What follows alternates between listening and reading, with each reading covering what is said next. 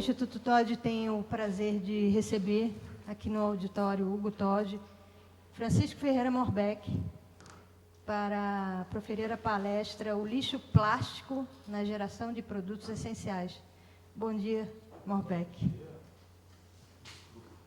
Bom dia. Bom dia.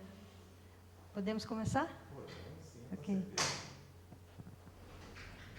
Bem, eu pretendia uma forma um pouco mais dinâmica de iniciar, mas eu vejo que a estrutura montada de gravação dificultaria isso, porque eu pretendia começar ouvindo vocês. Mas como a estrutura já está montada no sentido da palestra, da exposição... Pode fazer... Pode, porque esse assunto é um assunto tão candente, a questão do lixo, que eu gostaria de perguntar a vocês inicialmente, trocando um pouco a metodologia da palestra, eu gostaria de ouvir de vocês qual é o sentimento de vocês hoje em relação à situação do lixo, a situação do plástico no lixo. Se vocês desejarem expor o seu pensamento, eu gostaria de começar dessa maneira. Alguém? Doutora Sofia. Oi, tudo bem? Me chamo Sofia, eu sou a diretora aqui da Todde, da parte de tributário. E quando a gente viu a sua palestra, né, o flyer da palestra, a Carlinha ela vem arrasando nas palestras, né? Sempre trazendo esses temas para a gente. Para mim é um tema que me toca muito, porque desde criança, enfim, a minha criação ela foi de forma a respeitar bastante o lixo e a separação dele, né? E, bom, é uma coisa que eu faço até hoje, moro sozinha, faço até hoje, só que uma coisa que ainda é um pouco obscura, eu acho que para muita gente, e eu acho que espero que talvez o senhor fale um pouco disso, e é uma coisa que eu ouço muito quando eu falo que eu separo o meu lixo muito estritamente, né? É o fato assim, eu já vi muita gente falar, mas quando o lixo chega, ele vai ser todo junto. E aí acaba... E assim, eu imagino que não, porque eu tenho o privilégio de, no prédio onde eu moro, a gente ter contratado o serviço de orgânicos. Então, a separação, a gente sabe que ela realmente vai ser realizada, só que, obviamente, que eu sei que nem em todos os lugares eles têm essa contratação de especificação dos orgânicos, né?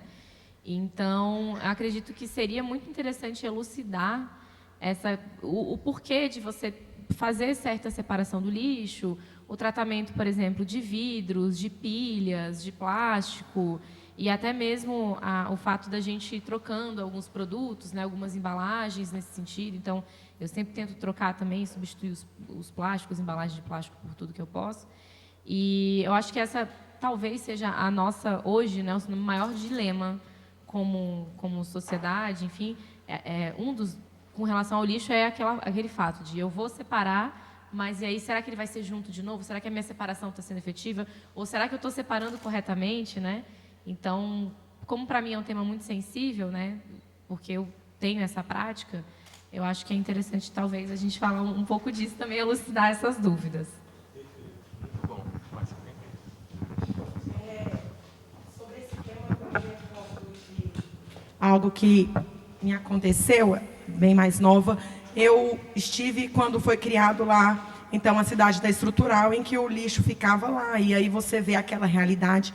Fui fazer um trabalho voluntário e aquelas pessoas, elas vivem do lixo, assim, né? Antigamente, né? Elas viviam do lixo.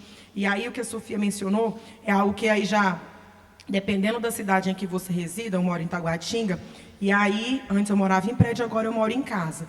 E aí essa conscientização também é bastante complicada, porque, por exemplo, onde eu moro especificamente, ficou um tempo, a gente lá em casa criamos esse hábito, mas aí um tempo até a gente deu, não que seja certo ou errado, mas nós desanimamos, porque a gente viu porque lá tem a coleta separada, mas por algum motivo que nós não sabemos, eles pararam simplesmente. Então, é justamente o que entra, o que a Sofia questionou, porque daí para que eu tô... Porque é um pouco trabalhoso, sim, você ter... É trabalhoso. Aí você faz todo esse trabalho e a gente via, e ele passava e misturava tudo, a gente olhava.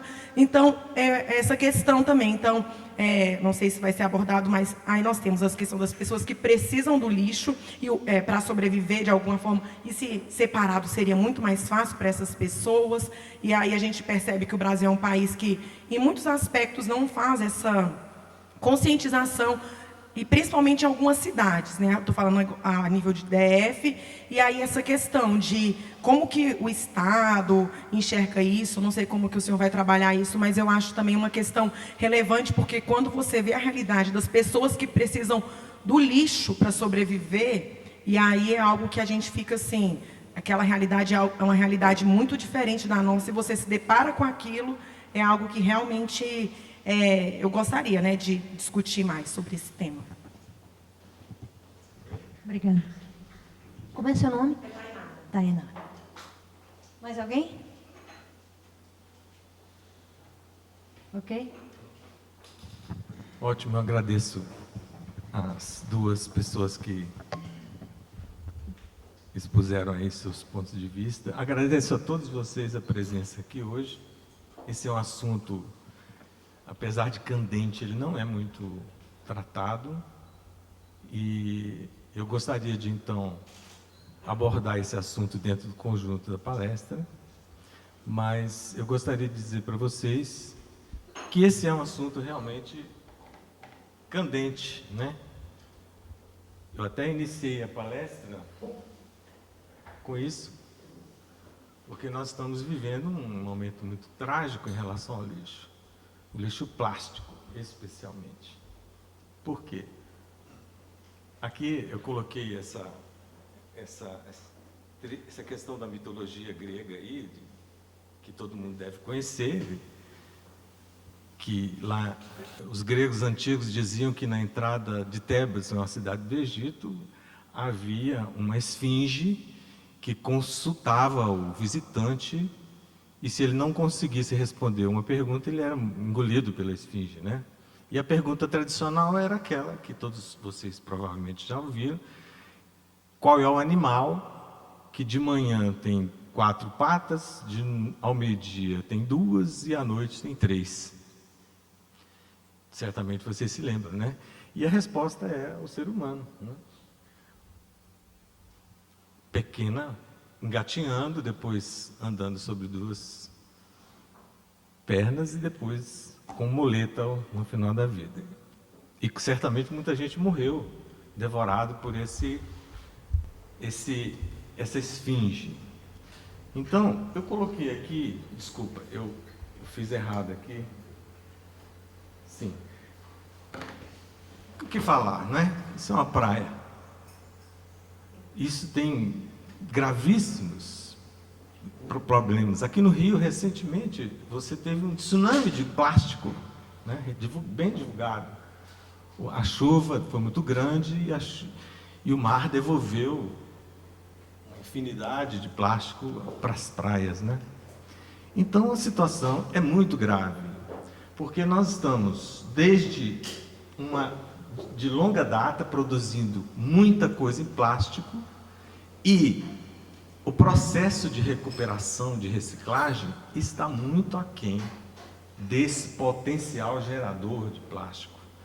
E a situação está ficando tão grave que hoje já se encontra microplástico em placenta. Então nós estamos realmente diante de um enigma. Qual será o resultado disso? Qual será o produto dessa presença de plástico dentro do corpo humano? Nós não temos um estudo sobre isso. E eu posso dizer assim, vai fazer mal, mas a ciência gostará de dizer, não há provas, não há estudos sobre isso. Porque a ciência tem, me perdoem, certo tipo de dogmatismo científico, mas geralmente a ciência, para confrontar, ela costuma dizer que não há pesquisas sobre as afirmações intuitivas que a gente possa ter a respeito de certos fatores prejudiciais, né? Como se a intuição não fosse um aspecto da inteligência. Não há sabedoria sem intuição. Mas a ciência não considera a intuição relevante. Então, veja, nós estamos diante de uma tragédia, que há estudos que dizem que até 2050 haverá mais plástico no oceano do que peixes. Isso é uma ilha de plástico no Oceano Pacífico, mas há outros lugares do mundo, vocês podem encontrar isso na internet, em que há concentração de lixo plástico no oceano. Então, opa, acho que eu passei muita coisa aqui sem querer. Você quer que eu passe para você? Pode ser. Aqui. Isso aqui é só uma informação publicada, né, que o Brasil é o quarto país que mais produz lixo no mundo. Então, atrás apenas desses 3 citados, Estados Unidos, China e Índia, né? Eu botei a fonte aqui. Mas qual é a situação? Nós somos um país em desenvolvimento, para não chamar de subdesenvolvido, porque essa leitura de subdesenvolvido é dos pretensos desenvolvidos. Então, como país de terceiro mundo, e é apenas um entre inúmeros, mas tem uma quantidade relevante de lixo, produz uma quantidade enorme de lixo. Qual a quantidade que é produzida de lixo? A média no Brasil é de 1 quilo a 1,5 kg de lixo por dia, por pessoa. Para vocês terem uma ideia do volume. Então, se nós temos 4 milhões de pessoas aqui no Distrito Federal, em média, nós teremos 4.000 toneladas de lixo por dia. 4.000 toneladas. Então, a quantidade é muito grande. E desse lixo, parte desse lixo, ele tem uma composição que eu acho que aqui, uma composição. Está muito sensível, né? Você aperta ele. Então, veja bem, olha, essa aqui é a composição do lixo. O azul é orgânico, metal, laranja, vidros, o verde, plástico, 11%, papel, 31%. Né? Aqui tem uma diferenciação entre o lixo de pessoas de alta renda e o lixo de pessoas de baixa renda. Veja que aumenta muito o orgânico e diminui vidro, diminui plástico para 8% e não 11%, papel de 31% para 5%, etc. Mas veja que é um percentual elevado de plástico. Né? Mesmo que a gente faça uma média ou estabeleça 5% como padrão, nós temos a cada tonelada de lixo 50 quilos de plástico ou 100 quilos de plástico. Então, esse plástico ele está jogado hoje, porque grande parte dele não é reutilizada. Aí vamos chegar nesse aspecto. Aqui, ó. De que é composto o lixo no Brasil? Perdão, aquela informação era no mundo. Agora nós vamos ver aqui no Brasil mesmo. Desculpe, a gente pode fazer pergunta durante... Sim, não, pode, por favor. Você ficou combinado. Sim. Eu tenho uma curiosidade de saber por que a diferença dos lixos entre as classes. Sim, é porque é o tipo de consumo, né? Por exemplo, vamos dar um exemplo. Uma pessoa de nível mais econômico, mais elevado, tende a fazer compras, tende a receber comida pelos serviços de entrega. O cidadão de baixa renda não tem isso. É uma pequena diferença. Ele descarta mais porque ele consome mais. Eu tenho um amigo que essa semana comprou uma feijoada e recebeu 5 embalagens de isopor e ficou irritado, porque o que eu vou fazer com esse tanto de embalagem de plástico? Isopor é plástico. Então essas diferenças existem, mesmo que a gente não as identifique tão especificamente, mas a pessoa de alta renda compra mais coisas, né?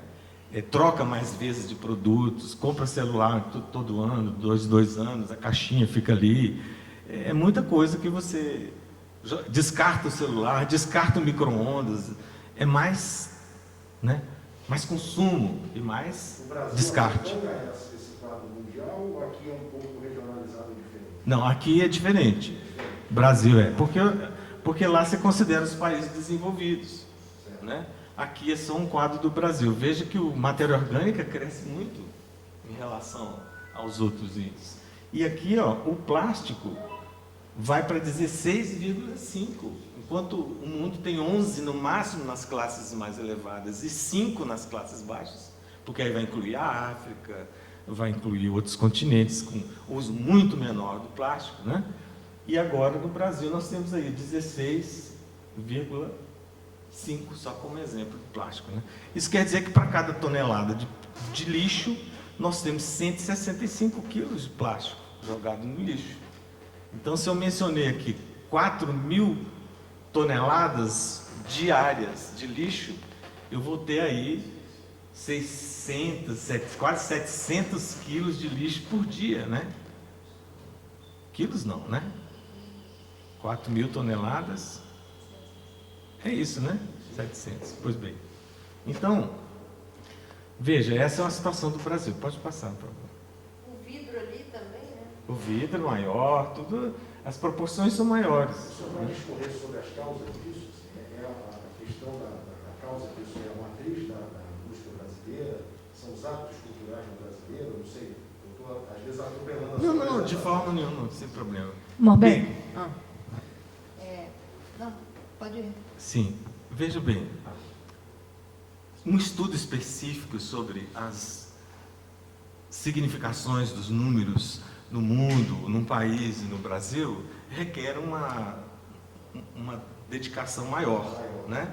Senão eu posso incorrer no erro de começar a explicar coisas que eu não tenho ainda, digamos assim, segurança suficiente para responder. Mas certamente os fatores que você apontou estão presentes, né? Fazem parte. A cultura, a maneira, o nível de urbanização, o nível de favelização das grandes cidades, os resíduos que vêm do campo, né? Por exemplo, todos os agrotóxicos usados no campo vêm em embalagens plásticas. E essas embalagens, há uma intenção do mercado brasileiro de recolhê-las. Então, cidades como, por exemplo, Rio Verde, no Goiás, que usa muito agrotóxico, eles juntam essas embalagens e uma vez por mês um caminhão cheio vai para São Paulo com essa embalagem para descartar num lugar seguro, vamos dizer assim. Então, isso é uma logística que, como disse a nossa amiga, ainda não está bem resolvida no Brasil, né?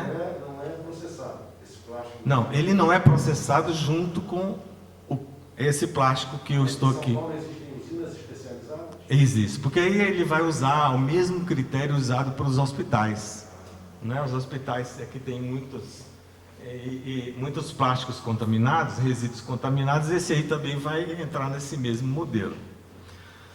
Então, eu não sei se respondi a sua pergunta. Não, eu quero luz da estou buscando luz para entender as causas das coisas. Sim. Porque a minha formação é jornalismo, Sim. então é por isso que eu pergunto demais. Não, mas eu também sou jornalista, compreendo perfeitamente. Somos coleguinhas. Então, ótimo. Morbeck, Sim. com relação ao vidro, Brasília já possui uma indústria de reciclagem de vidro ou ainda não? Não, Brasília não tem uma indústria de reciclagem. É um dos problemas graves do Brasília, é a questão do vidro, porque Brasília não recicla vidro. porque é o seguinte, o modelo não está bem resolvido, nem em relação ao vidro, nem em relação ao plástico. Porque o vidro tem que ser colocado em algum lugar, o vidro tem que ser triturado, e ele tem que ser enviado para algum lugar que vá aproveitá-lo. Mas, gente, isso significa custo. O vidro, quando está triturado, é como se fosse areia. Como é que eu vou mandar um caminhão de areia para São Paulo? É muito mais fácil comprar um caminhão de areia lá na região mesmo. Então, enquanto o governo, o Estado, efetivamente, não atender a cobertura de certos custos nessa logística, você não conseguirá deixar por conta do mercado. Existe a responsabilidade da indústria de recolher o lixo que ela gera, né? Eu já ouvi falar, por exemplo, que aqui no Distrito Federal tinha uma empresa em Águas Claras que fazia essa logística reversa da Ambev, de recolher o vidro, só que só funciona para pessoas jurídicas, então só atende os restaurantes, né, casas de show, então pessoas que têm um grande volume. Na sua opinião, qual que seria a solução, o que o Estado deveria fazer, qual a intervenção que o Estado deveria criar para se criar essa política reversa de recolhimento? Porque a partir do momento que a indústria farmacêutica faz um remédio, é responsável por recolher aquele remédio que venceu, por exemplo, na farmácia. Se eu produzo uma lâmpada, eu sou responsável em recolher aquele vidro no final da cadeia. Mas isso hoje não acontece, isso não é realidade. O que você acha que deve acontecer para que isso chegue mais próximo dessa realidade? Veja bem, meu ponto de vista é que, enquanto a leitura do Estado for leitura muito específica, analisar o vidro e os custos de processamento do vidro de um ponto de vista economicista, ou seja, os resultados numéricos dessa operação, não terá solução. É preciso incluir essa logística num modelo de recuperação de meio ambiente, né? Num modelo de saúde pública, significado disso dentro de uma economia de saúde pública. Aí sim você conseguirá entender que essa logística específica do vidro, ela não é tão elevada quanto parece, quando eu analiso apenas economicamente. Posso só dar um dado econômico, que é a minha área? Como a gente falou de cadeia econômica, né? Só explicando um pouco, a cadeia de transformação do lixo, ela é toda tributada pelo ICMS, né? Em Minas Gerais, Minas tem tido uma experiência muito gratificante com relação a não só esse tipo de negócio, mas outros negócios também, fintechs, enfim, etc. O que Minas Gerais começou a fazer, até desafiando um pouco o CONFAS, né?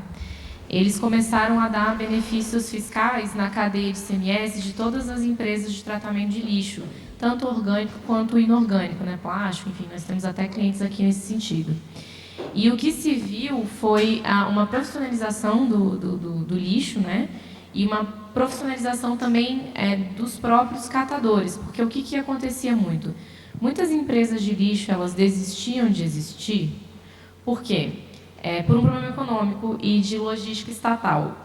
Quando o catador ele vai te entregar o lixo que ele conseguiu pegar, ele, quando muito, ele tem uma conta no banco. Então, provavelmente, ele não tem um cadastro de prestador de serviço unipessoal que paga o ISS e emite uma nota. E muitos estados, inclusive o Distrito Federal, eles exigem que na entrada dessa mercadoria que deveria haver uma nota fiscal.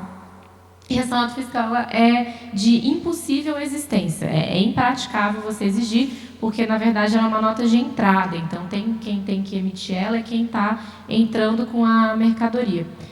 E, por exemplo, aqui no DF, isso, inclusive, é motivo de processos fiscais em cima dessas empresas que geram um custo muito grande. Minas Gerais conseguiu tirar isso da cadeia.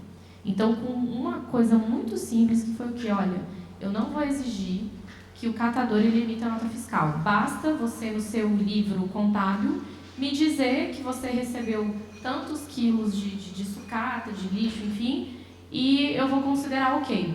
Eu vou ver na sua movimentação bancária que, sei lá, você pagou caro, enfim, e isso reduziu o custo absurdamente. Além disso, eles começaram a ampliar a cadeia de ICMS e diferir esse ICMS que a gente chama de substituição.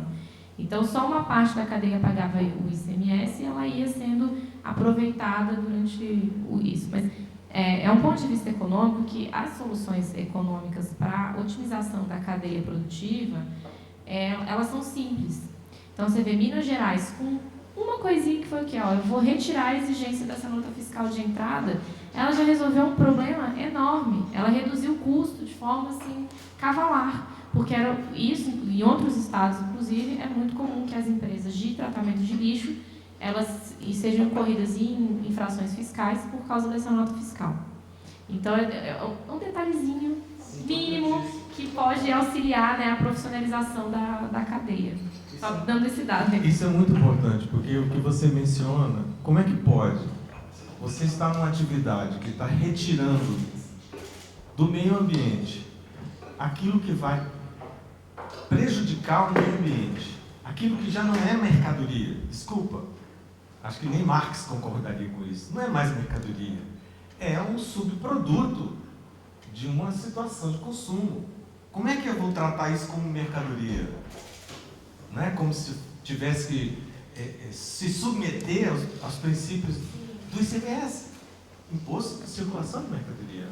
Então, o Estado, apesar de inúmeras iniciativas importantes nessa área, ele não consegue fazer certos órgãos funcionarem, porque às vezes o Estado estabelece, por exemplo, uma regra legal sobre algum aspecto como esse que você está citando, e o imposto de renda não executa. Vocês devem estar a par disso mais do que eu, que trabalho como deputado. O imposto de renda não aplica.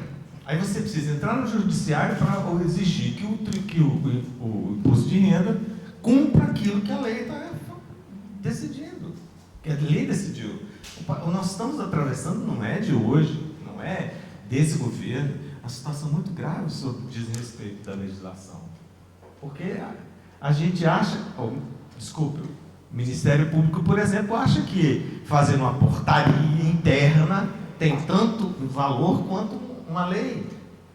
Por exemplo, aqui no Brasília, as instituições, eu não sei se o Instituto Todd, mas as instituições estão sujeitas a prestar contas para o Ministério Público. Quando o Ministério Público não tem essa atribuição legal. Ele fiscaliza fundações, não tem relação com associações, porque associações, do ponto de vista da Constituição, não são passíveis de fiscalização do Estado. Mas o Ministério Público se acha no direito de criar uma portaria que diz que criou uma procuradoria de fundações e associações. Olha que absurdo. Aliás, por favor, essa é uma causa importantíssima para os movimentos sociais, para as organizações sociais sem fins lucrativos. Convoca todos os nossos colegas advogados para esse esforço de enfrentar uma barreira muito grande. Porque o Ministério Público não é perfeito, obviamente, é uma instituição com todos os possíveis problemas que todas as instituições têm. Mais uma pergunta. Bom dia, meu nome é Graciela e eu estava, assim, o que eu entendo do lixo é que enquanto a gente, como ser humano e governo, não se conscientizar do lixo, nenhum incentivo dá jeito. Esse incentivo eu acho até pior, porque incentiva realmente existirem os catadores de lixo, que é uma profissão, bababá. O que eu penso é o seguinte, é porque eu tenho uma relação com uma cidade do sul da França. Sim. E lá é impressionante como a educação, você não vê lixo na rua, você entendeu? E o lixo tem dia para colocar, se você gera lixo maior do que você... É pesado, quando chega o caminhão na sua casa, pega o lixo, se o seu lixo for a maior do que lá, está dito que você tem, você paga. Você entendeu? Por exemplo, se você pode até gerar mais lixo, mas você tem que ligar e dizer, estou botando mais lixo, pode dar. Então, assim, é impressionante como há uma educação. O lixo é realmente rigorosamente separados, orgânico, plástico, papel. Então, assim, já é da natureza. O meu neto tem 7 anos, é impressionante. Se ele vê um cisquinho na rua, ele recolhe. O quanto a consciência... Então, assim, não adianta esse incentivo. Eu acho que esses incentivos são até piores. Porque faz com que as pessoas... Não, vamos gerar lixo porque a gente vai ganhar dinheiro, vai catar latinha, vai catar isso, vai catar aquilo. E é pior. Então, eu acho que é campanha governo, campanha indústria, campanha empresas grandes, para gerar menos lixo. Isso é o que eu penso. Posso comentar? Conscientização, né? Verdade. Eu acredito piamente no que você está falando, que sei do papel da conscientização do processo educativo sobre essa questão. Mas são realidades diferentes, né? A França é um país que tem uma larga condição de vida, uma condição de vida muito além do povo brasileiro. E eu confesso para vocês, eu tenho dificuldade em acreditar na nossa realidade que a conscientização seria suficiente. Sabe por quê? Eu não estou dizendo que eu não vou produzi-la. Eu não estou dizendo que eu não vou propagá-la. Não é isso que eu estou dizendo. Eu estou dizendo que eu não acredito que ela seja suficiente. Por quê? Porque nas condições de vida da pessoa, o que movimenta o povo? Seria a consciência? Seria a consciência que movimenta o povo? Nem na Bíblia está escrito. Na Bíblia, Jesus diz ao apóstolo, depois de pregar para o povo, que a parábola das sementes, o povo foi embora, satisfeito com a parábola, e os discípulos disseram assim: Senhor, o que quereis vós dizer com a parábola? Jesus respondeu o quê? A vós, discípulos, é dado entender, a eles não, para que ouvindo não entendam. Que coisa extraordinária. O que quer dizer isso? No meu ponto de vista, quer dizer que ele está dizendo que as coisas que movem o povo não são necessariamente consciência dos fatos. Existem outras coisas que movem o povo. Por quê? Porque esse povo, de certo modo, não estou aqui querendo defender absolutamente nada, mas o povo, numa condição de vida precária, a pessoa ou não tem dinheiro para comprar um saco plástico, que é R$10 no sinal de trânsito, ou não tem, ou tem tanta preocupação com a sobrevivência, acorda de manhã querendo saber onde vai tomar o café, fica o dia inteiro querendo saber onde vai almoçar. Eu já passei por isso. Aos 7 anos eu saía de casa sem saber se eu ia almoçar. Como é que eu vou me preocupar com lixo? Eu preciso me preocupar com comer primeiro. Então não é que eu não acredite na consciência. Eu estou dizendo que essa consciência não é suficiente. Nós temos que ter outros mecanismos de redução das desigualdades. É um plano geral. É estrutural, né? É estrutural. Você poderia chegar a um ponto em que a conscientização fosse suficiente, mas ela só pode chegar, ela será mais e mais suficiente na medida em que outros fatores estruturais forem tratados, né? Quando eu falo isso, eu falo realmente que tem tudo isso por trás. Isso. Tem a educação, tem a condição, por exemplo. É que a gente não vê isso acontecendo no Brasil. Concordo. A gente não vê absolutamente nada começando. Eu acho que os meus bisnetos não vão ver um país limpo. Assim, Você limpo. É Você verdade. entendeu? Que assim eu enxergo e não vejo absolutamente um movimento em relação a isso. Eu concordo com você. E assim, mínimo. Eu tenho milhares de amigos, assim, eu tenho essa consciência, a gente tem na casa, mas você vai em outros lugares, você vê lixo, o povo gerando lixo, jogando lixo, né? Descartam pelo carro, né, gente? Latinha, a gente vê na rua o cara jogando a latinha pelo vidro. Ou seja, o povo, né? É o que nós temos de consciência, de informação. E outra coisa, convenhamos, uma frase do professor, que é professor há muito tempo, muitas coisas tratadas pela escola destroem a coisa. Vejam a arte. A arte, que, da maneira como é tratada dentro da escola, acaba com qualquer artista possível, com qualquer cientista possível. Eu tive uma experiência bem interessante, eu me lembrei, porque assim, eu fui um dia chamada na escola para falar sobre a arte, né? Que meu filho foi mal na arte. Aí eu cheguei lá, assim, bem desenhada a professora. Passei a maior vergonha da minha vida, porque assim, a gente acaba que... Aí ela virou para mim: mãe, você usa arte na matemática, você usa arte no português, você usa arte em todas as matérias. É uma das matérias mais importantes. Eu fiquei calada, meu Deus, e comecei a pensar rapidinho. É verdade. Aí tive que falar para ela: obrigada. Eu me lembro, eu como professor, dia 25 de novembro, dia da consciência negra, eu chego na porta de uma sala de aula de um amigo meu professor e vejo ele impedindo a entrada dos alunos na sala de aula porque ele não entregou o trabalho sobre consciência negra. O quê? Isso é transformar um fato histórico numa verdadeira... degradar o fato histórico. Você entendeu como é que a coisa é grave? Mas quando a gente fala de educação, a gente esquece dos educadores. A gente acha que a educação é só um problema do educando.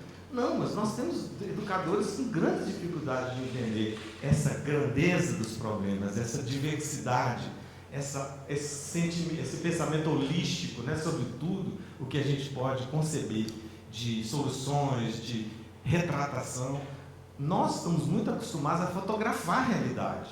Todos nós somos capazes de fotografar a realidade. Mas apontar soluções, não temos esse exercício. Né? Não, nós temos assim, do ponto de vista individual, eu também tenho os mesmos cuidados, a mesma prática em relação ao lixo residencial. Mas isso não é suficiente. Né? Nós não podemos acreditar que o mundo vá conseguir resolver esses problemas só com a nossa atitude. E a questão do vidro, né? O lado norte está cheio de daqueles depósitos que a gente vê no país e outros, né? Para jogar o lixo. Agora, como a gente está jogando ali, ninguém sabe, né?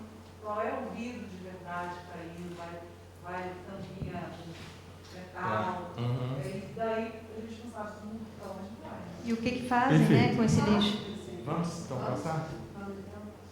Bom, eu coloquei aqui para vocês uma ideia do lixo gerado por dia nos estados brasileiros. Aí estão os números. Então, nós temos São Paulo, que é 56.626 toneladas por dia, e Distrito Federal, que nós temos aqui 4.126 toneladas por dia. Inclui o lixo industrial, não? Apenas o lixo? O lixo. De uma maneira geral. Ele não é específico agora, não. Esses dados são da revista Exame, de 2013. Revista em 2016. 2020 já deve estar um pouquinho maior. Né? Mas são interessantes para a gente perceber como é que, ao lado dessa aqui, existia uma outra, com outro índice, que apontava quanto de quilos por habitante. Alguns vão de 1 quilo até 1,5 kg, na média, pelo número de habitantes. Mas é só para vocês terem uma ideia nacional sobre isso. Aqui, 36% dos lixos produzidos pelos moradores do Rio vão diretamente para o fundo da lagoa, rios e baías, os lixões clandestinos aí. Isso aqui é um veio de água natural, né, tomado pelo lixo que circula. No Rio de Janeiro você vê o lixo passando nos canais, né? Mas foi só coloquei para vocês terem uma ideia. Aqui está o Distrito Federal, de janeiro a setembro de 2020, informação da SLU, relatório de atividade de janeiro a setembro. Então nós temos aqui, de janeiro a setembro, diversos tipos de lixo, isso aqui são toneladas, metal, papel, plástico. Olha aqui, ó. Toneladas, gente. 112 toneladas em junho, 146 em julho, em agosto 199, em janeiro foi 962 toneladas. Eu estive reparando no penúltimo slide, que o senhor comentou sobre a questão dos estados, né? Sim. O anterior, no caso.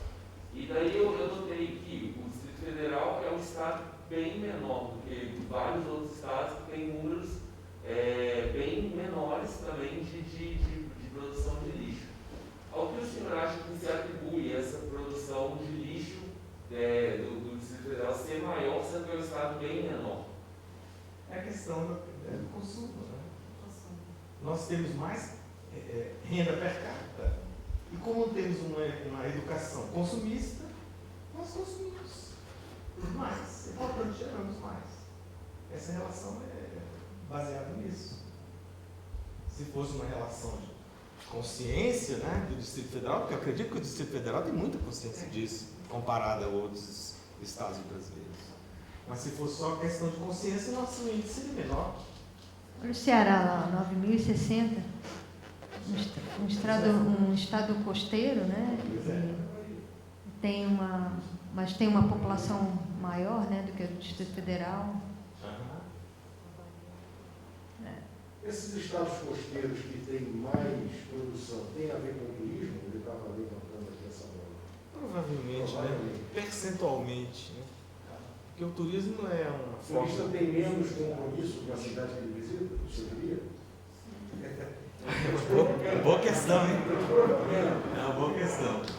Eu acho que esse compromisso não é do turista, é da pessoa, né? A pessoa que saiu do DF. Ela, quando sai daqui e vai para o Ceará, ela certamente mantém os hábitos que ela tem, né? Mas porque eu não sinto assim no turista, que no momento que eu estou no turismo, eu deixo rolar. Eu acho que é a infraestrutura mesmo. Você vai para. Se você chegar na cidade que não tem, né, a infraestrutura, né, para Exato. de lixo, o cara vai jogar na rua. Vai ficar carregando lixo. Eu carrego. Eu carrego também no carro, todo lixinho, carrego no carro. Um dia, alguns dos meus amigos entram no carro e já falam logo, ó, desculpa o lixo, mas infelizmente só quando eu for chegar num lugar que eu possa descartar.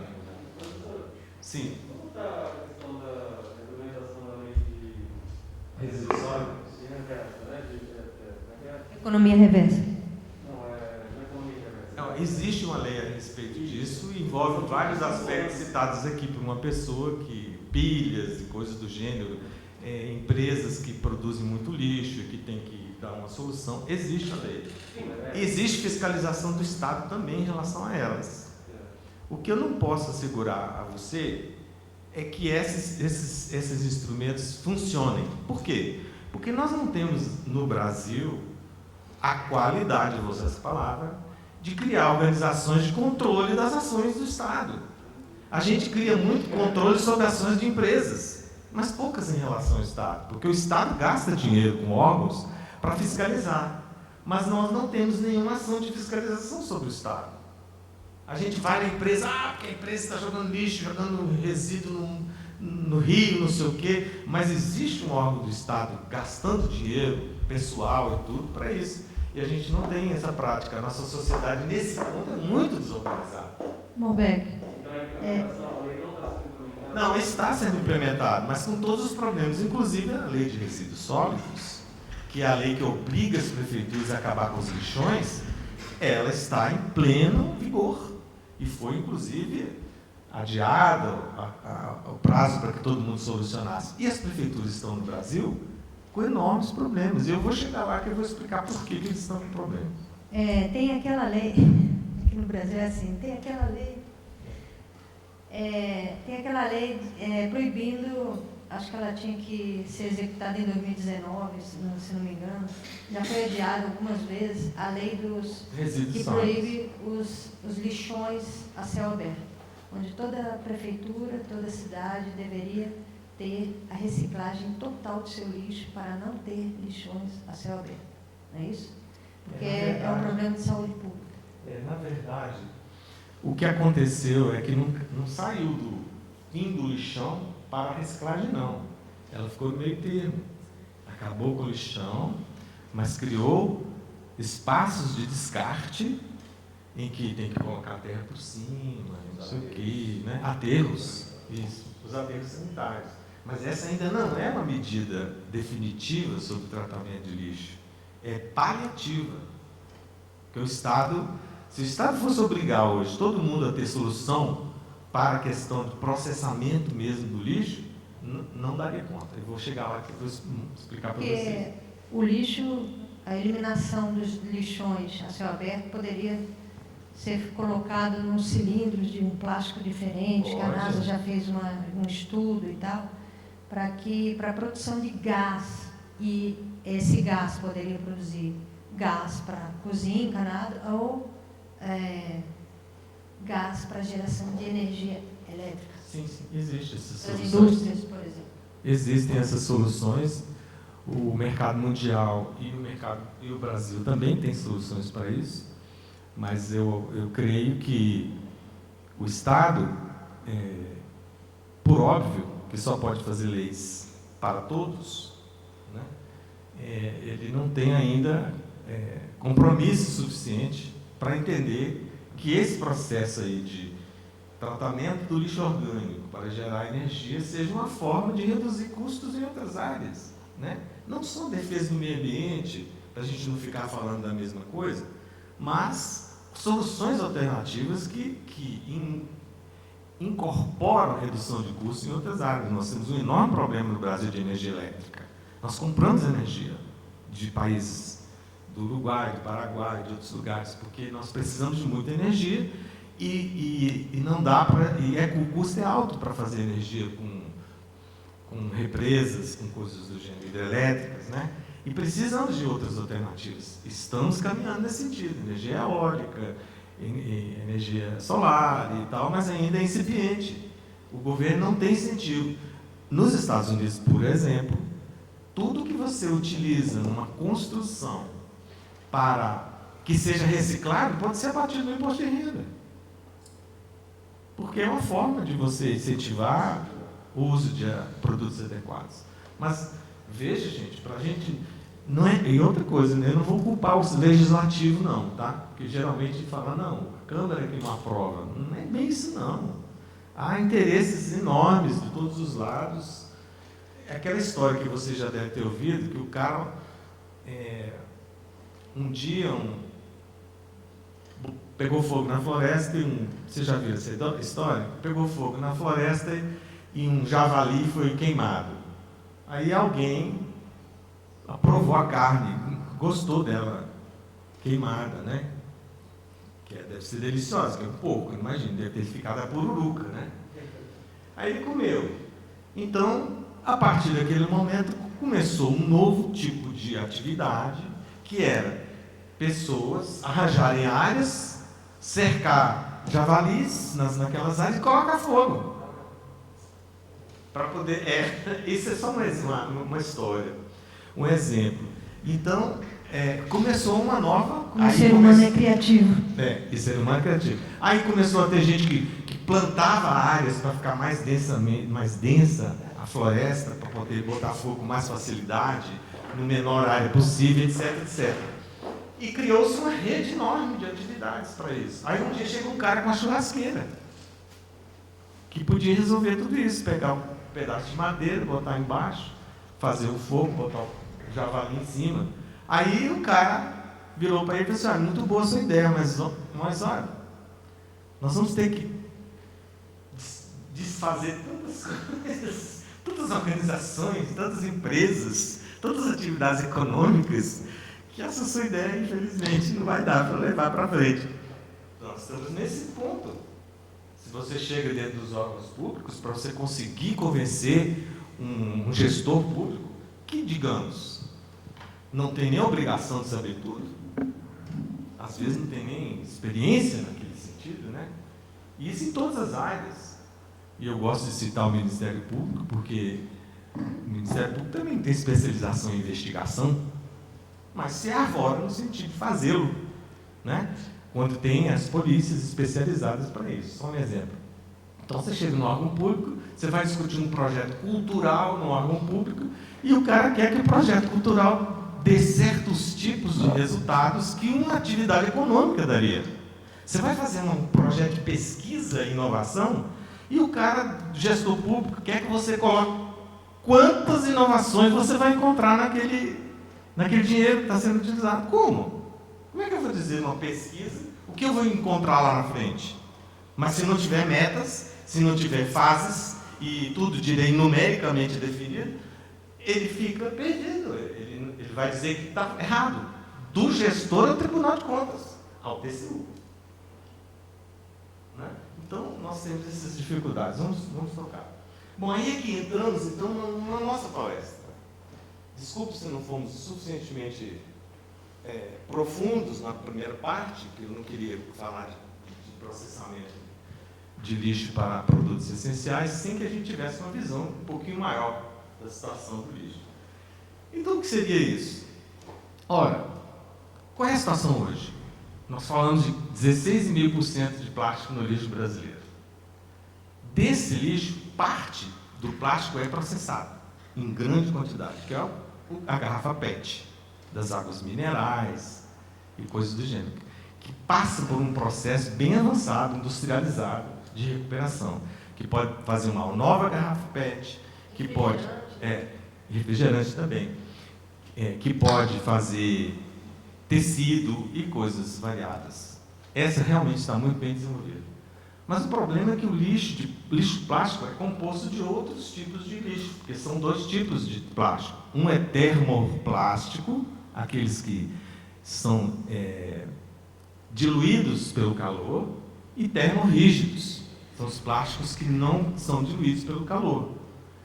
Então, esse plástico termorrígido, ele não tem tanta facilidade de ser reaproveitado. Então, o que acontece? Por que não tem? Se a gente fala que o processamento do plástico, a reciclagem está tão avançada. Não tem porque não tem tecnologia para isso. Todas as máquinas do mundo, sejam as chinesas, europeias, americanas, que produzem produtos plásticos, só trabalham com um tipo de plástico por vez. E o que vem do lixo? É plástico misturado. E se você colocar na máquina do mercado o plástico misturado, ele entope a máquina. Esse é um dos problemas. Estou falando um problema químico, que vai entupir a máquina. Mas tem outro problema. Para você pegar o lixo, o plástico que está no lixo, separá-lo,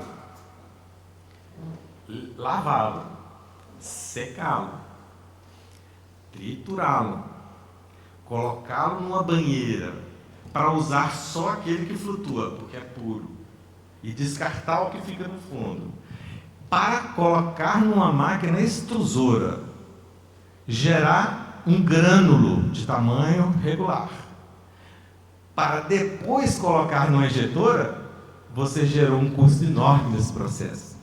E é mais barato comprar da indústria petroquímica o plástico puro do que processar. Pelo que eu já li, algumas vezes, parece que nem todos os plásticos são recicláveis.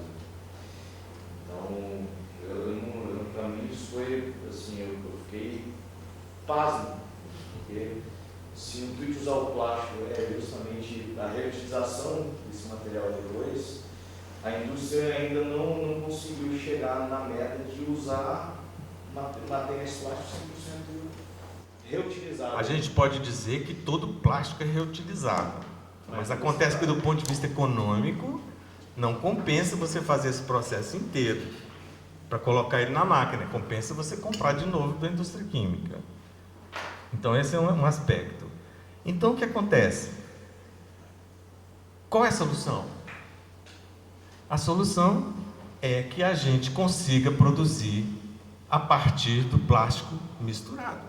Se a gente conseguir produzir a partir do plástico misturado, numa tecnologia nova, nós conseguimos gerar produtos mais duráveis. Eu vou dar um exemplo em relação a isso, para que a gente possa aproveitar o plástico que está no lixo e jamais ele voltar para o lixo, porque se ele voltar, você aproveita de novo.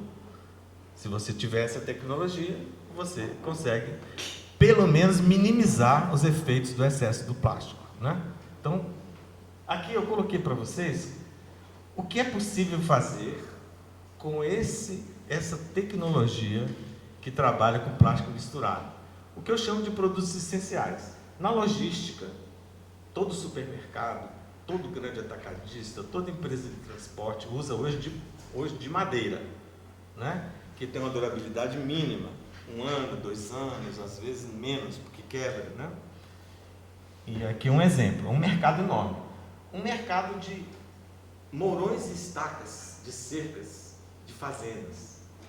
Vocês passam aí viajando por aí, vocês viram o tanto de madeira que se usa, né, nativa para fazer cercas. Aqui, dormentes já estão sendo feitos de plástico. Isso aqui é dormente de plástico. Aquilo ali é cerca de plástico. Tubos, cruzetas na parte de energia elétrica. Não só cruzeta, mas outros elementos também que compõem a parte de energia, né? E placas de trânsito. É possível fazer a placa e o suporte da placa. Morbeck, a dureza desse material é superior a qualquer outro material. Aqui é superior à madeira, né? Porque o plástico, gente, nós falamos em 500 anos de deterioração. Então vamos dizer que seja 30 de uso, 40 de uso, 50, depende, né, do tipo de uso que ele vai ter. Os dormentes, incrível, né? Dormentes. Mais duros que o ferro. Pois é. Dormentes tem estudos já a esse respeito, da durabilidade, da resistência dos dormentes. A Vale do Rio Doce está trocando todos os seus dormentes por dormentes de plástico.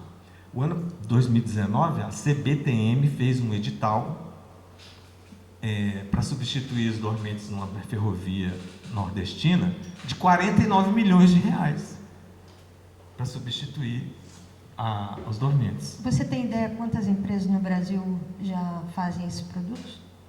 Olha, dormente eu só conheço uma, que foi trazida dos Estados Unidos pelo pessoal da Vale do Rio Doce, a WISE. Vocês poderão encontrar o WISE Plásticos, WISE Plásticos. Agora, esses outros produtos, por exemplo, esse produto aqui não é reciclado, ele é plástico. Porque esse também é um outro problema. Você chega na Leroy Merlin, que eu descobri que não se fala assim, é Leroy Merlin, que é francesa, né? Leroy Merlin. Você chega lá, você encontra inúmeros produtos de plástico. E o consumidor já fica feliz de saber que é reciclado e não reciclável. Porque reciclado é... Não, desculpa, reciclável. O consumidor já fica feliz de saber que é reciclável. Mas não é reciclado. Ou seja, se tivesse lá o apelo dizendo, ó, reciclado, é outro papo. Porque você já saberia que estava levando para casa um produto que você estava tirando do meio ambiente. Mas aqueles que estão lá não são. Eles vão ser jogados no meio ambiente. Lá tem de tudo. De parafuso a casinha de vigilância, o banheiro químico de plástico. Em Fernando de Noronha, as secas das trilhas, elas são todas de plástico. Aí. A madeira plástica, ela é reciclável? Sim, com certeza. Perfeitamente. Ela já é... existe madeira plástica reciclável e existe madeira plástica reciclada. Existem os dois modelos, dois tipos. A maioria é reciclável. Lá na Leroy Merlin você encontra um metro quadrado por R$450 para fazer deck. Reciclável. Né? A pergunta que eu lhe faço aí é: você tem muita tecnologia embarcada em cima disso? Estudos, equipamentos, máquinas que foram desenvolvidas com esse propósito. Lógico, há um apelo social muito grande disso, de conscientização das pessoas. Porém, o senhor falou sobre os mourões, onde o proprietário de uma fazenda muitas vezes tem essa madeira na propriedade dele. Se você for olhar o custo de uma madeira daquela ali para o custo do que ele vai comprar, eu estou falando em R$450 o metro quadrado de um deck. Sinceramente, a população mais pobre não terá condições nunca de usar isso. Sim. Então são coisas que precisa se criar, por exemplo, no meio da agricultura rural. Hoje em dia está falando-se em veículos não tripulados. O meio rural já vive isso há mais de 10 anos. A tecnologia embarcada hoje nisso daí. O que me preocupa hoje há uma onda, há um aspecto muito grande, mas o custo disso é Nós vamos chegar nisso também, com certeza. Porque se não respondesse, não adianta. Então tudo bem, outros produtos para vocês verem, os dormentes, os pallets de plástico reciclável e dormente. E aqui as opções que tem de placas, né?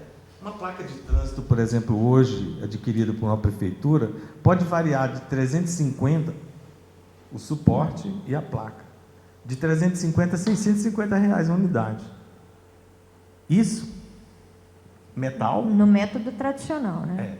Metal e metalon, né? Então, aí está. Vê o que tem mais para frente, se tem mais alguma coisa. Sim, outras coisas. Madeira plástica, vigas. É possível fazer uma madeireira de madeira plástica. todos os produtos da madeireira podem ser substituídos. E aqui são bancos, né? Eu acho que são os últimos, né? Sim, não, ainda tem mais alguma coisa. Tubos e cruzetas, também já falamos. Tubos para esgoto, né? Para encerrar... A coleta do lixo plástico no Brasil, ela está bem organizada? Aliás, eu estou me lembrando aqui de uma questão que foi colocada, e eu queria responder agora. Qual é o problema da coleta seletiva no Brasil? Eu vou dar um exemplo de cidade ocidental. Quando nós fomos conversar com o prefeito a respeito dessa solução, sabe o que ele falou? Meu Deus, eu já tenho 2 caminhões, eu já recebi um sequinho do Ministério Público, doação, já recebi da Prefeitura de Valparaíso, porque é tudo muito próximo, e eu não posso fazer coleta seletiva. Eu falei, por quê? Eu falei, eu vou colocar onde? Eu vou fazer o quê? O lixo selecionado. Se não tem uma iniciativa para fazer dele, dar um resultado a ele. Olha que interessante. Isso está acontecendo com todos os municípios brasileiros, principalmente os pequenos, médios. Né? Então, é uma situação que torna compreensível o fato. Muitas prefeituras podem estar fazendo coleta seletiva e não tem solução para a coleta seletiva. Tem que descartar em algum lugar que vá usar aquilo adequadamente. Senão, não adianta fazer coleta seletiva. É quase uma história sem fim. Exato. Em Brasília, o plano piloto, o Lago Sul, tem algumas áreas que eu não trouxe aqui para vocês, mas que tem coleta seletiva, né? Mas Brasília é... Pois é. Né? Exatamente. Então, é uma questão que precisa de muita cooperação. Né? Nós precisamos criar pessoas que tenham efetivo grupos de pessoas, não pessoas, mas grupos de pessoas que possam acompanhar esse processo, que possam, né? Que possam... Se cada residência fosse atuada na maneira do seu lixo, eu duvido, rapidinho a pessoa vai atender. Exatamente. Bolso. É isso que eu falo. Falta de gestão. Exatamente. Concordo plenamente. O que eu vejo hoje, aqui no caso de Brasília, principalmente, é que os condomínios, tanto os horizontais quanto os verticais, estão um pouco mais organizados em relação ao lixo. Existe até um caso de Sobradinho que tem um condomínio que criou uma indústria de reciclagem. E a indústria de reciclagem, ela, além de produzir adubo orgânico para todos os moradores, reciclar o lixo, ela gera receita do condomínio.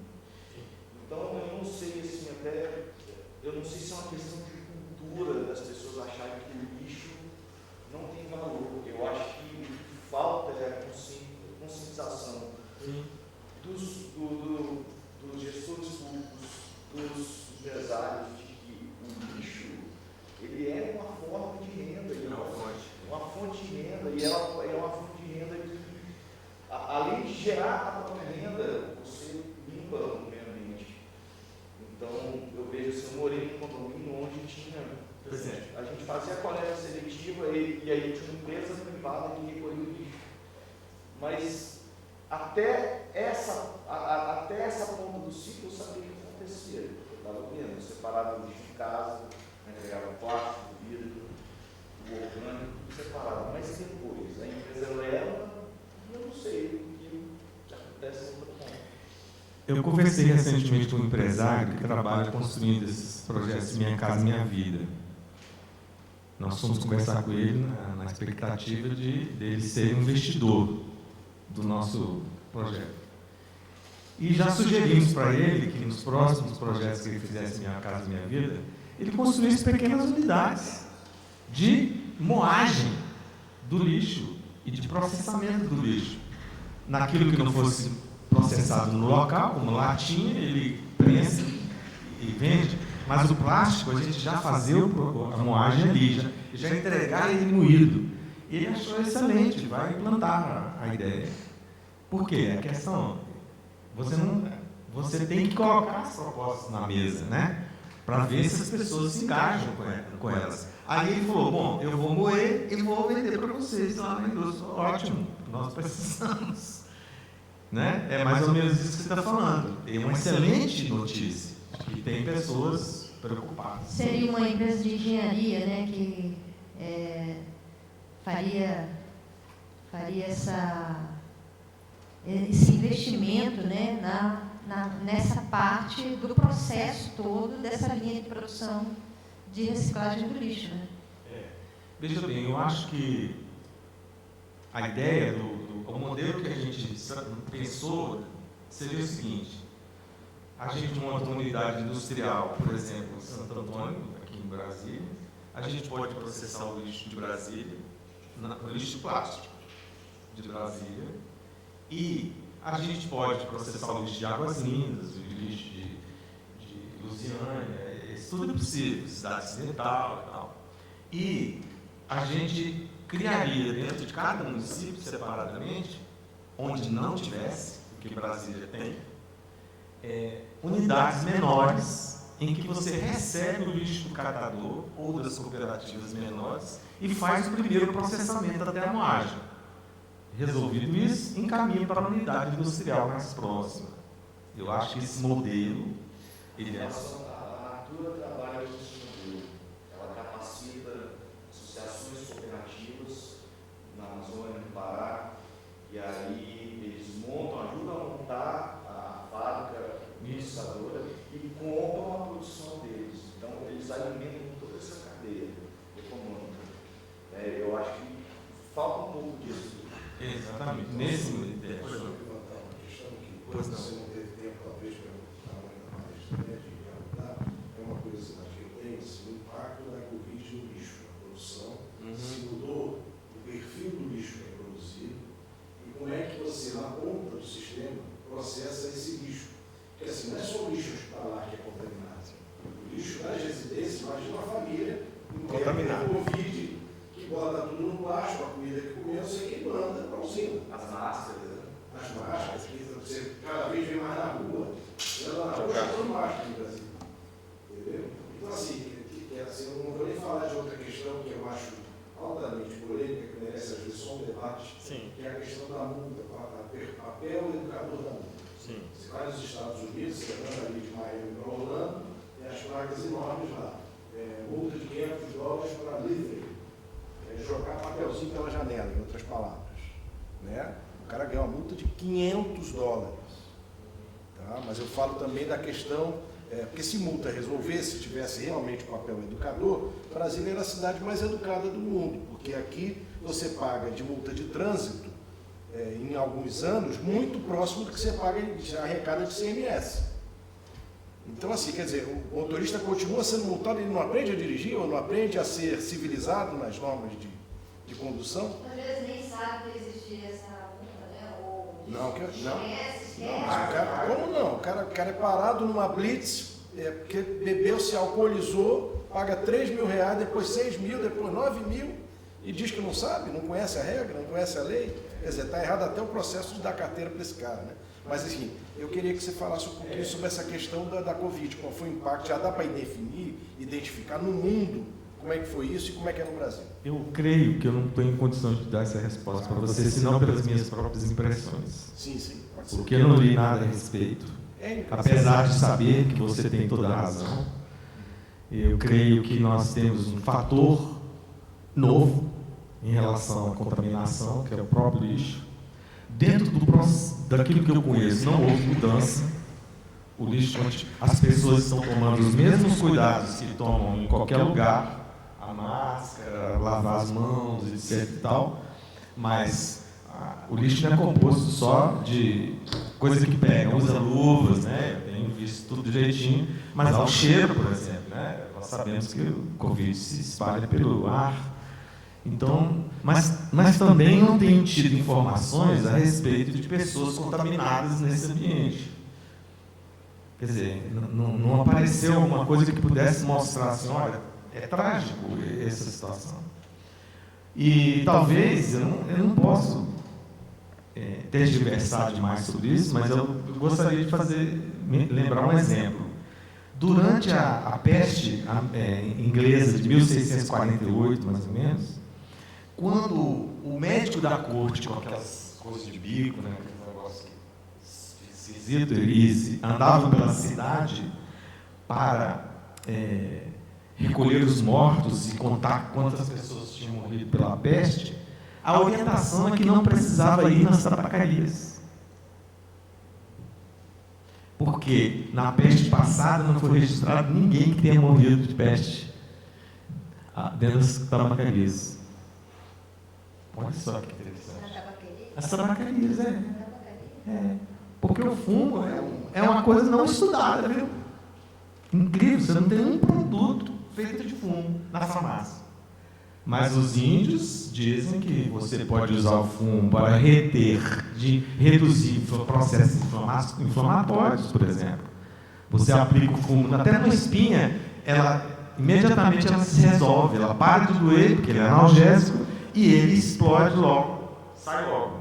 E isso acontece com, sabe aquele buraquinho que dá na perna de muita gente que tem que cortar a perna? Vocês já viram isso? Mas vai abrindo um buraco assim, abrindo um buraco, e aquilo... É uma bactéria. E sabe como que se cura aquilo? Com fumo. Recentemente, uma senhora esteve na minha casa, eu também trabalho com medicina, com terapias médicas, né? E esteve na minha casa, e eu já tinha experiência anterior, falei para ela, compre fumo de corda, coloque numa garrafinha de pinga, deixe 15 dias, depois aplique todo o tempo que você lembrar. Curte o fumo e aplica no local, ele acaba com a bactéria, porque ninguém resiste ao fumo, nem nós, né? O negócio é forte, é contaminado, é cheio de problema, né? Mas as bactérias também não curtem. Então, mas o engraçado é que a indústria química não tem nenhum produto feito de fumo. Na verdade, é um defensivo natural. Não, sim, usado na agricultura orgânica. Exatamente, é defensivo agrícola, não na área médica. Então, eu creio que essas soluções, essa questão que você levantou, que é muito procedente, ela não tem uma resposta ainda. E eu acho que quanto mais cuidado a gente tiver, né, em todo esse carinho aí com lixo, seleção, ensacamento e o processamento lá na frente, mais quando ele for colocado nesse processo, ele passa por uma temperatura de 280 graus. Então, por aí a gente também já acredita que haja uma esterilização suficiente. Não sei também, porque não há estudo sobre isso. Bom, eu quero... Encerramos, então? Isso. Eu quero agradecer a todos vocês por terem pacientemente ouvido essa questão. Eu não me considero especialista nesse assunto. Eu sou, como vocês, uma pessoa interessada no tema. E eu confesso que há alguns anos eu me apaixonei por esse assunto, porque aí eu vou dizer que não é só a consciência, é a paixão, né? Porque às vezes é mais fácil você explicar uma grande obra da civilização através da paixão do que da consciência, né? A paixão pode construir grandes obras, as pirâmides do Egito, ou grandes outras obras reconhecidamente como obras fundamentais ou significativas da humanidade, foram erguidas por paixão, né? Não tem uma conscientização sobre isso, não tem uma finalidade específica, né? Então, eu acho que a paixão cabe muito bem nesse processo de conscientização, sabe? É você tocar as pessoas. Quando você vai numa escola e você divulga a questão do lixo, você tem que sensibilizar. Você tem que chegar à sensibilidade do adolescente, do educando, do professor, porque se não se sensibilizar, não vai tomar uma atitude. A consciência tem que ir junto, do meu ponto de vista, em relação a todo esse processo que nós estamos passando. Quero, de coração, para sensibilizá-los, agradecer a atenção e carinho de todos vocês, especialmente da Carla aqui, a pessoa que me trouxe aqui, e que já tem informações bastante sobre essa questão. Estamos abertos. Gostaria de deixar um cartão com vocês, se vocês permitirem, tá? Para que vocês tenham pelo menos meu telefone. E nós temos um site também, polibio.eco, na internet. Tem institutoviver.eco também, que vocês poderão ter essas informações que eu estou passando aqui, não essas, que foi preparado exclusivamente para vocês. Muito obrigado e bom dia.